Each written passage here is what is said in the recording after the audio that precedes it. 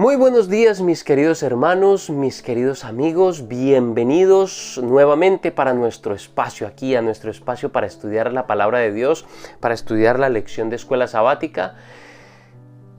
Antes que nada, feliz semana para todos, después de un bendecido sábado. Ayer, sábado, me tocó predicar en la iglesia de Timoneda. Y pues estoy haciendo algunas gestiones para poder colgar el sermón que prediqué aquí en este canal. Sin embargo, en el canal de la iglesia de Timoneda pues también lo pueden encontrar si así lo desean. Quiero desearles una feliz semana. Es una nueva semana que comenzamos. Y pues hoy, el primer día de la semana, día domingo 30 de julio, hoy tenemos para estudiar la lección que titula Pablo, el apóstol a los gentiles, preso. La lección de esta semana tiene un título, El ministerio del evangelio. Y pues la lección comienza con este título interesante acerca del apóstol Pablo. Pablo, apóstol a los gentiles, preso. Pero antes de comenzar nuestro estudio de este día, vamos a pedir la presencia de nuestro Dios. Amante Padre que estás en los cielos, te damos muchas gracias porque nos regalas otra nueva oportunidad de comenzar una semana. Gracias porque nos das un nuevo día, el primer día de esta semana, y queremos iniciar esta semana en tu presencia. Que seas tú el director, el motor, el centro, el eje de todas nuestras actividades durante toda la semana, que cada día podamos comenzar en la mañana uniéndonos contigo en oración, en alabanza y también en estudio de la palabra de Dios. Por lo tanto, te suplicamos la presencia del Espíritu Santo para que dirija nuestro estudio, que sea Él el que nos guía, nos dirige y que podamos, Señor, ser ricamente bendecidos con el poder de tu palabra. Y que el Espíritu Santo también nos capacite para poder poner en práctica lo que estamos aprendiendo. Te lo rogamos todo en el nombre de Cristo Jesús. Amén. Muy bien, pues la lección de esta semana que viene hablando acerca del misterio del Evangelio, en el día del domingo nos comienza introduciéndonos a lo que va a ser, por decirlo así, nuestro pasaje, la porción de Efesios, que va a ser pues como el foco del estudio de esta semana, y es Efesios capítulo 3. Pues obviamente es muy largo para leerlo, pero quiero destacar algunos puntos importantes de este texto, de este pasaje. Lo primero es que Pablo se introduce en este punto, en este capítulo, en esta parte de la carta, se introduce a sí mismo como preso, como prisionero, pero lo hace de una manera, por decirlo así, lo que él está intentando es que la palabra prisionero, la palabra preso, que para la época puede ser muy indignante, por decirlo así, no suene tan mal. Es más, suene de una manera, por decirlo así, voltearle de pronto el significado para que signifique algo bueno. Y él dice, por esta causa yo, Pablo, prisionero de Cristo Jesús, por vosotros los gentiles, si es que habéis oído de la administración de la gracia de Dios que me fue dada para con vosotros. No dice, soy preso de los romanos me tienen cautivo aquí en una cárcel, en una mazmorra. No, para él es un preso, pero preso de Cristo Jesús. Otra parte importante en el texto es que habla acerca del ministerio de la gracia que Dios le ha dado para con los gentiles. Y por ejemplo en el versículo 5 dice, misterio que en otras generaciones no se dio a conocer a los hijos de los hombres, como ahora es revelado a sus santos apóstoles y profetas por el Espíritu, que los gentiles son coherederos y miembros del mismo cuerpo, y copartícipes de la promesa en Cristo Jesús por medio del Evangelio. Estos versículos contienen partes vitales de lo que son, como por decir así, los puntos principales de lo que él viene hablando.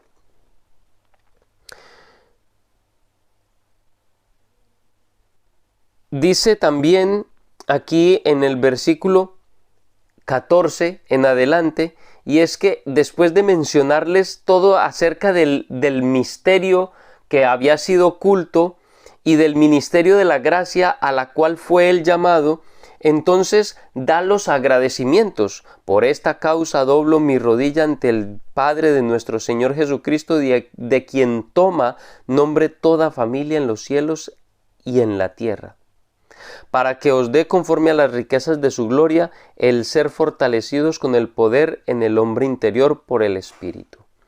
Y finalmente concluye alabando a Dios. A Él sea la gloria en la Iglesia, en Cristo Jesús, por todas las edades, por los siglos de los siglos. Amén. Efesios, en el capítulo 3, nos está mostrando una estructura que es bastante interesante. Es una estructura con la que comienza con las palabras que acabamos de leer, donde él se llama a sí mismo prisionero de Cristo Jesús por amor a los gentiles, a vosotros los gentiles. Y esto ya debe de decirnos algo muy importante. Este pasaje parece estar escrito específicamente para los gentiles, para los creyentes gentiles que se reunían en sus casas hogar. Hay una cosa que nosotros tendemos a olvidar y que quiero que nos quede muy presente. Si no había quedado claro antes, posiblemente no lo habíamos dejado muy claro. Y es que hay una cosa que nosotros tendemos a olvidar en cuanto a la comunidad cristiana de ese primer siglo, y es que era una comunidad que era compuesta tanto por gentiles como por judíos. Así que cuando Pablo escribe una carta a alguna de las iglesias, necesitamos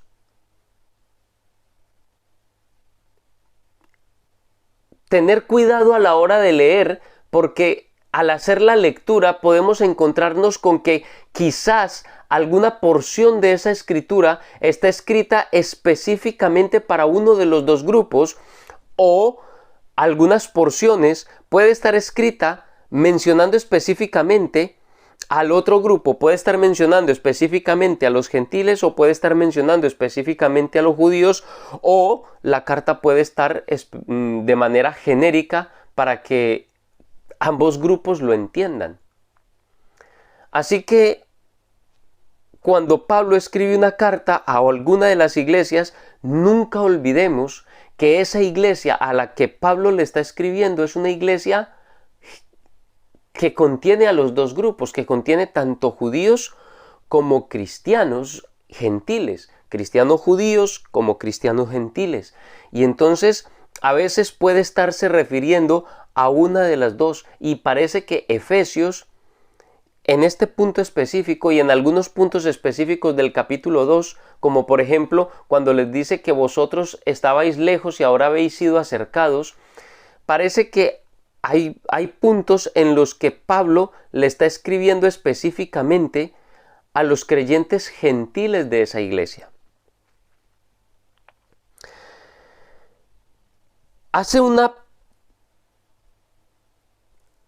Pablo en este capítulo comienza hablando de que él es prisionero de Cristo Jesús por amor a ustedes los gentiles. Por eso esta parte del capítulo 3, al parecer Pablo se está refiriendo directamente y de manera específica a los gentiles, porque el mismo versículo introductorio lo está diciendo, por amor a vosotros los gentiles. Luego hace una mención, o sea, empieza a disertar acerca de su obra como apóstol, lo que ha hecho en medio de los gentiles. Y después de este paréntesis, entonces vuelve otra vez a hablar acerca de ellos y dice, por esta causa, o sea, por todo lo que ha sucedido, por todo el recuento que él hace de su obra como apóstol, entonces ahora, por esa causa, él ahora vuelve a lo que quiere retomar acerca de ellos como gentiles. Es muy importante en el capítulo 3 y en el versículo 1, y retomando la idea que les decía al principio cuando leía el versículo, es que él se identifica como prisionero de Cristo Jesús. Él está diciendo en pocas palabras que si bien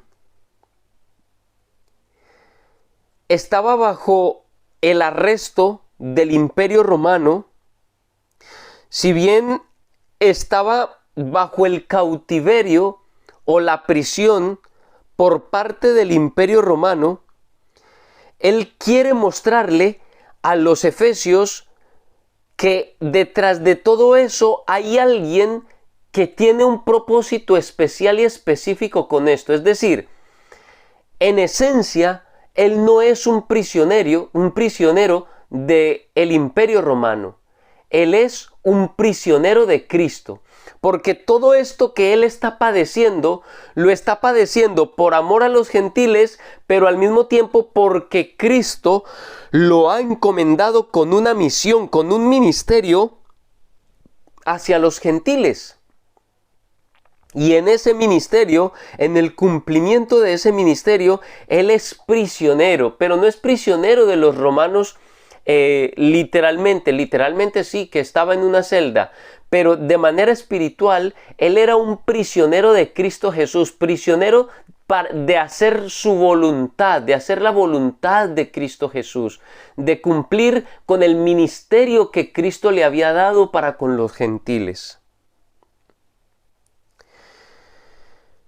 En el hecho de que Pablo mencione las tribulaciones que ha padecido, que mencione las cadenas con las que está siendo prisionero, eso indica que él no está siendo prisionero en una prisión, o por lo menos no en el momento en el que escribe a los efesios. En ese momento no es un prisionero en una prisión domiciliaria. Al parecer está siendo prisionero en uno de los calabozos que eran preparados para los que iban a ser juzgados. En aquella época las cárceles no estaban diseñadas como en esta época para albergar gente por mucho tiempo. Así que no estaba bien dispuesto cuestiones como alimentación, servicios públicos, salubridad, cosas así, no estaban bien dispuestas para los presos, porque es que estas cárceles no estaban dispuestas para albergar a personas por mucho tiempo. Las condenas no eran condenas de, está condenado a cadena perpetua, está condenado a 20 años de cárcel, a 5 años de cárcel. No. Estas cárceles estaban diseñadas simplemente para que los prisioneros estuvieran allí de paso. Simplemente mientras que se les dictaminaba la sentencia, o sea, mientras que iban a juicio, y se les dictaminaba una sentencia que, o sea, nunca era prisión. Si se les dictaminaba una sentencia era ser desterrados a una isla de trabajos forzados, como lo fue, por ejemplo, Juan, cuando fue destinado a Patmos, o eran sentenciados a muerte, o eran sentenciados a hacer obras sociales, o eran sentenciados a ser azotados, o bueno, a la sentencia que fuera, o estaban allí solamente de paso mientras que eran ejecutados si habían sido destinados a la ejecución. Así que, pues la situación en un calabozo en esa época era bastante precario. Si hoy en día, sobre todo en nuestros países latinoamericanos, las cárceles son bastante inhumanas, pues en aquella época en la que no estaba estipulado ningún tipo de servicio ni de comodidad para ellos en ningún sentido, pues era todavía más precaria. Ahí se necesitaba que, por ejemplo, el sostenimiento en la alimentación y estas cosas corrieran por parte y cuenta de las familias de aquellos presos, o de los amigos o de los conocidos.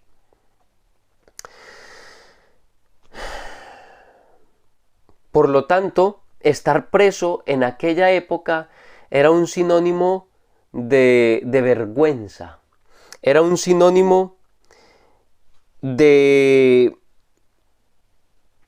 deshonra, en una época cuando la honra de una persona era algo extremadamente valioso.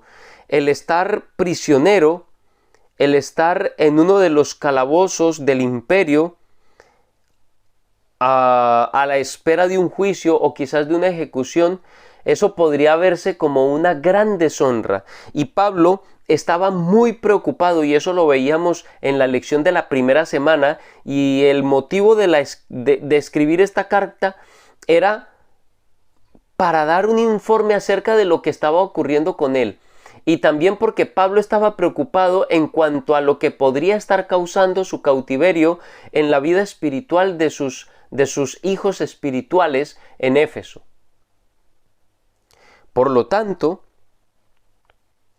el apóstol Pablo les escribe, y entonces cuando escribe el versículo 1, lo hace teniendo un tacto y dándoles a entender que el propósito detrás de su cautiverio y de su encarcelamiento era un propósito mucho más alto que lo que parecía ser a simple vista. Era un propósito que venía de parte de Dios. Dios tenía un propósito para él, y entonces con mucha cautela e inteligencia se presenta ante ellos o les habla acerca de él como prisionero de Cristo Jesús, es decir, prisionero porque servía fielmente a los intereses del reino de Cristo Jesús. Él estaba muy preocupado, y aquí el autor de la lección menciona algunas preguntas que quizás podrían estarse haciendo los efesios en cuanto a Pablo.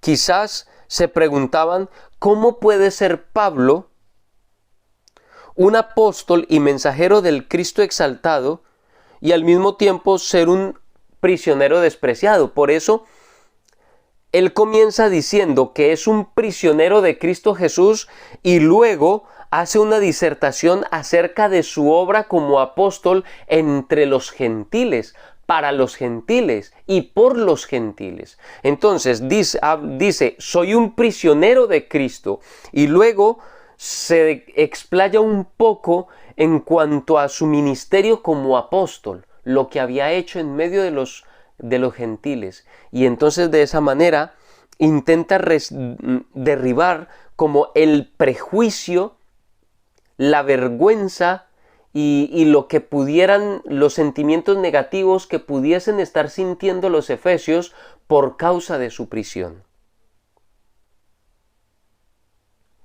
Él habla acerca de lo que sufre por ellos. Es decir, ahora está volteando la torta, como decimos, la expresión que decimos en algunos lugares, está cambiándole la visión de los efesios de lo que podría ser algo muy vergonzoso, y lo está convirtiendo en algo que puede ser gloria y honra para ellos mismos. Es decir, el amor de Dios por ellos es tan grande que ahora Pablo está siendo prisionero para que ellos puedan ser libres. Pablo está mostrando a este pueblo, a estos gentiles, cómo hasta dónde puede llegar el amor de Cristo por ellos. Y hasta dónde llegó. Ahora puede convertirse en algo que es glorioso para ellos en Cristo Jesús. Mis queridos hermanos, para concluir la lección de este día, yo quisiera hacer un énfasis en esa frase inicial de Pablo y quisiera ponerlo a consideración de cada uno de ustedes. ¿Qué significa ser prisionero de Cristo al día de hoy? En aquel entonces, Pablo dice, yo soy prisionero de Cristo Jesús. Porque él se sentía prisionero no de los romanos, él se sentía prisionero de esa necesidad imperiosa, de ese amor maravilloso que Cristo había puesto en su corazón y esa necesidad que sentía por el rescate de los prisioneros del pecado. Él se hace prisionero de Cristo para salvar a los prisioneros del pecado. Ahora, yo quiero hacer una pregunta, quiero hacerte una pregunta a ti, mi hermano, mi querida hermana. ¿Qué significa hoy en día ser un prisionero de Cristo? ¿Te sientes tú prisionero de Cristo? ¿En qué sentido te sientes prisionero de Cristo? ¿Por qué eres un prisionero de Cristo hoy en día, en pleno siglo XXI? ¿Te sientes prisionero en Cristo porque te embarga el amor y la necesidad por salvar a aquellos que están perdidos? Quiero que respondas en los comentarios, que cada uno de ustedes, todos los que ven estos videos, todos los que estudian esta lección, compartan en los comentarios y cuéntenos, díganos, ¿te sientes prisionero de Cristo hoy en día? ¿Qué significa ser prisionero de Cristo hoy en día? ¿Y cómo personalmente tú te has sentido prisionero de Cristo? Comparte este video con tu familia, con tus amigos, con los hermanos de la iglesia. Quedo atento a sus comentarios acerca de la pregunta que acabo de hacer. Mis queridos hermanos, que Dios les bendiga y que tengan un muy feliz día.